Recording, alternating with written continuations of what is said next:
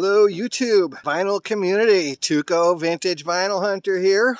Just so you know, dumping rubbish illegal. If you see it on my channel, it's not bullshit. My vinyl finds are for real. My thrift store finds are all for real. Today, just to prove it, I'm going to take you with me.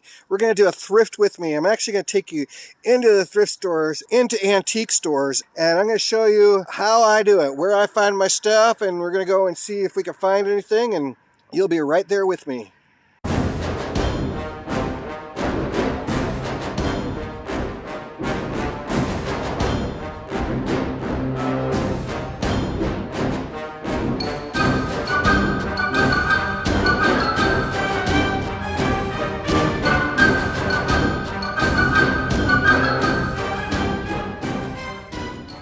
Alright, YouTube, vinyl community, Tuco Vintage Vinyl Hunter here. I'm super excited. I've been wanting to unveil these videos for quite a while. I've been working on a bunch of these videos for a long time.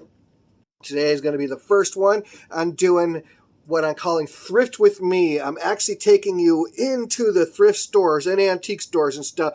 I'm going to dig through those bins with me. You'll be finding those records as I find them. See them first as I see them. So let's go see what we can find. Alright, Tuco, Vintage Vinyl Hunter here. About to go into Thrift World here in Bluffs, Iowa. See if they got any records in there. Usually it's pretty slim pickings here. I did find my Bruce Hack record here. And I found a Blondie record. Something else. I found some 8-tracks here before, but... yeah, you never know. It's always hit and miss. So let's go in and see what we can find in here. What I'm doing, I'm showing you kind of like how I do it, how I spend my day, how I find thrift stores and antique stores and places where I think I can find cool vintage vinyl records. I'm going to take you into these stores as I do the digging, showing you whether I find stuff or not. You know, lots of times when you're thrifting for records, lots of times you don't find anything. And I'm going to show you my misses and my hits, the thrill of victory and the agony of defeat. So, yeah, I'm going to take you right there along with me. This is my first video of this sort. Don't really know exactly how it's going to look. You know, I was just shooting footage at random, flying by the seat of my pants here. But, yeah, I'm sure it's going to still turn out pretty cool, though.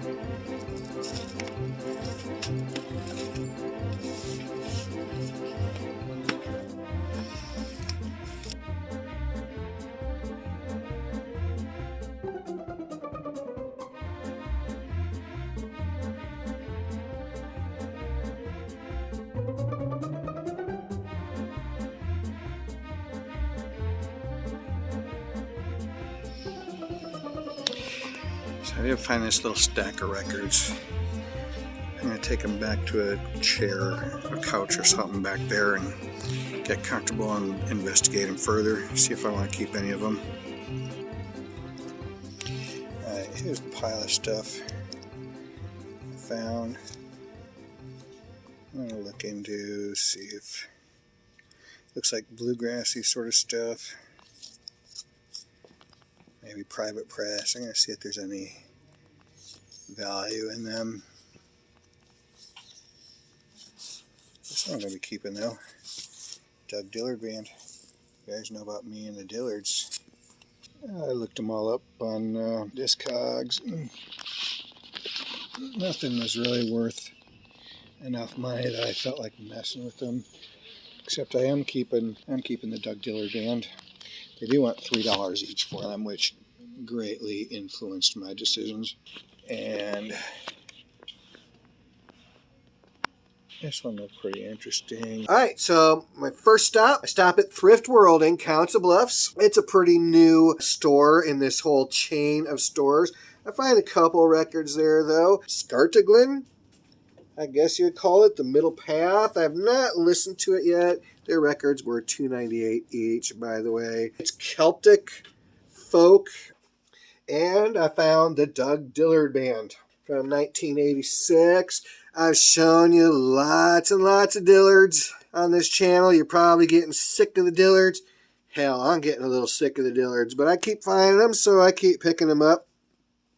Doug Dillard is the banjo player here. You know, he came from the Dillards, which the Dillards are best known as being the Darlings, which is the hillbilly band from the Andy Griffith Show. I'm a big fan of the Darlings and the early Dillard stuff. I haven't listened to this yet, so I don't know what to expect. I do know that the Dillards were considered to be one of the founders of folk rock, the whole folk rock genre, the whole country rock genre. All right, now I'm at Goodwill in Grand Island, Nebraska at the Webb Street location. What I do when I'm flipping through records is, you know, if it's like Andy Williams and Perry Comos and stuff, I know I'm not interested in those, and I flip right past them. But if there's something that I don't recognize, then I pull that out and I look it up. You know, I don't just flip past something that I don't recognize. Just because it's not Led Zeppelin, I don't flip past it. You know, if I don't know what it is, I pull it out and I investigate it further. Lots of times, it's not the records that you recognize that are worth the money. It's the records that you don't recognize that could be worth some good money.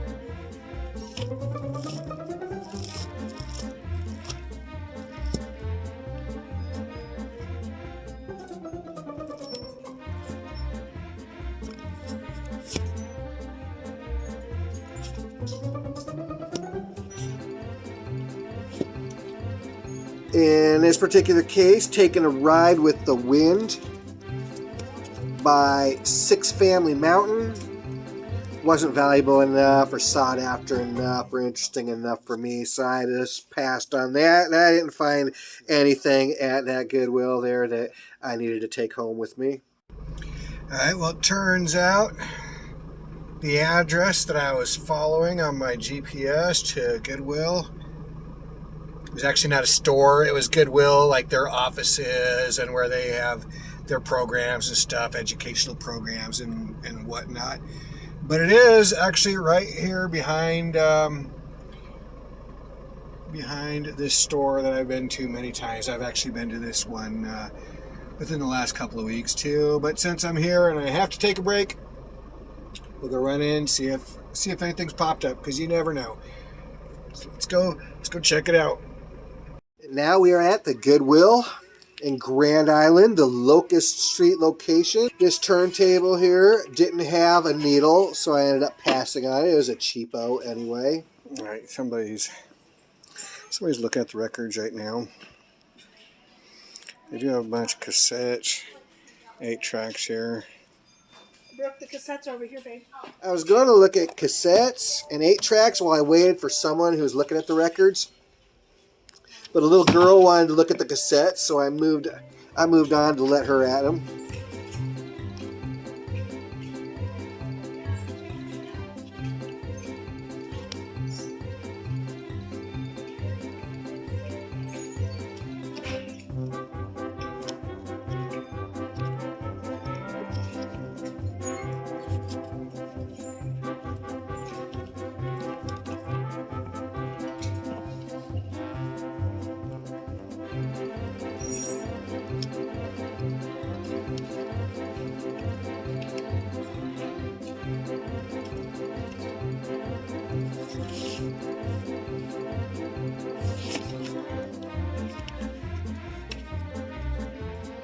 Manhattan Transfer is a little too light for me.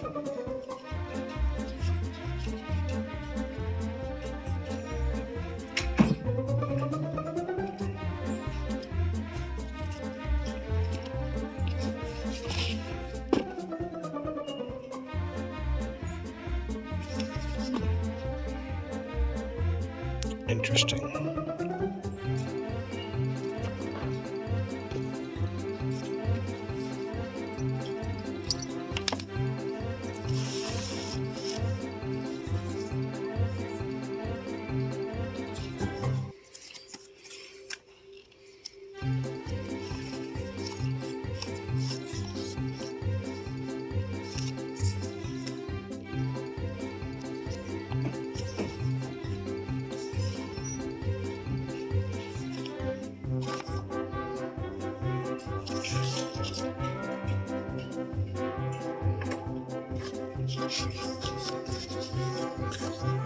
Some pretty cool 10-inch records with picture sleeves, but nothing I felt I really needed to take home with me.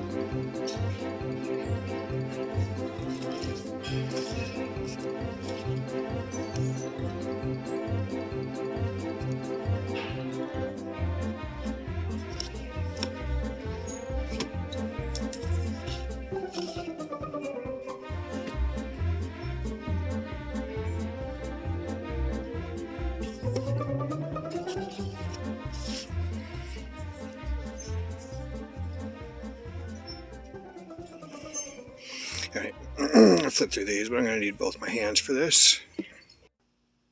Alright, let's take a look at what I found. I did find some stuff at the Goodwill in Grand Island, Nebraska, the Locust Street location. I finally made my way over to the cassettes. I found this Igor Stravinsky, The Rite of Spring. If you guys watch my channel at all, you know I'm a big Igor Stravinsky fan. Found this cool Tobin Matthews. I'm not familiar with the artist, but I love that label there. Chief Records. Someone wrote their name on it really big. Dick. Some dick wrote their name really big on it. Ruby Dooby Doo. And Leather Jacket Cowboy. How about this? Chubby Checker, The Twist in the picture sleeve. Parkway from 1961. Twistin' USA on the B side. Another picture sleeve 7-inch. Jimmy Dean's Big Bad John. Also from 1961 from Columbia. Big Bad John and I Won't Go Hunting With You, Jake. Hunting sausages. My brother, his friends call him Jake. Jacobs, where's Jacobs? I'm Steve Jacobs, he's Rick Jacobs. Tuco's not my real name, believe it or not. And I found this. I thought this was really cool. This is one of those albums. This is actually where the title albums came from. These old booklets of, like old shellac records came in these booklets. This is a 4 record sets, 78 RPM, I do believe, of Alice in Wonderland. Jane Powell as Alice, MGM star, 1947. How cool is that? Big sounds of the drags, some drag racing sound effects. These are 1963 actual field recordings. The big sounds of the drags. Capitol Records presents superb on-the-strip recordings of the big-time championship drag races. I think I already had this one, but isn't too good a shape to pass up. I dig me some Marty Gold. I got a bunch of his records. This one's 1963, space age pop, bachelor pad music. This is his follow-up to Sound Power. Like I said, I got a bunch of his records. I got Skin Tight, Sticks and Bones, Stereo Action. I've showed you a whole bunch of Stereo Action records on my channel. Also, you ever see that Dr. Seuss record? Fox in Socks and Green Eggs and Ham. It's Marty Gold. Crazy, huh? All right. Found this Astronauts. Everything is A-OK, 1964. live in Denver. These guys are from Boulder, Colorado. You know, they're a landlocked kind of surf band. Not really. You can't really call it an instrumental band. They're usually instrumental, but they got some vocals and stuff too.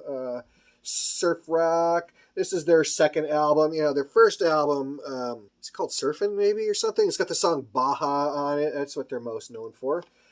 Very cool to have that. Speaking of instrumental, how about some Dwayne Eddy, twangy guitar, silky strings. Dwayne Eddy is best known for his song Rebel Rouser. My favorite record, I showed you the other record I got. I've got a bunch of Dwayne Eddy, but my favorite record is his record Water Skiing, because I think that Dwayne Eddy's capitalizing on the popularity of surf music. He thought he was going to start his own craze of water skiing music, and for some reason, unfortunately for us, water skiing music genre just never took off. So my one album, Water Skiing, Dwayne Eddy Water Skiing, that's probably every record in the whole water skiing genre. And now the biggest and baddest of them all. As far as instrumental goes, the Ventures, Walk Don't Run. They're formed in Tacoma, Washington in 1958. Ventures are the best-selling instrumental band of all time in the Rock and Roll Hall of Fame. They had 6 top 40 singles, including 3 in the top 10. 38 albums charted in the United States. Incredible numbers. They had 5 LPs in the Billboard Top 100 at the same time. This album predated surf rock.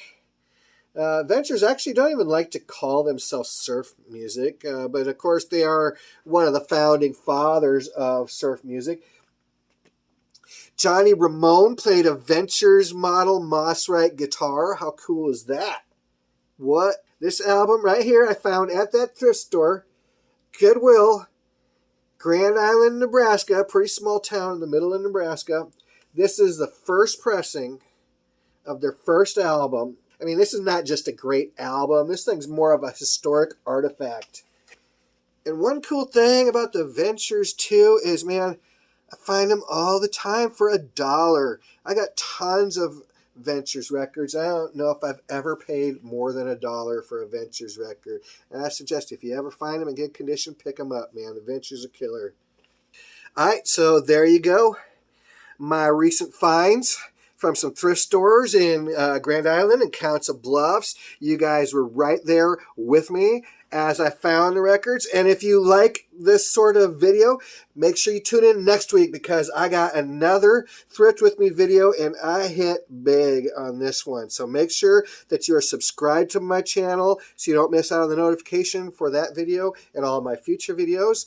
Thanks everyone for watching. I'll see you next week.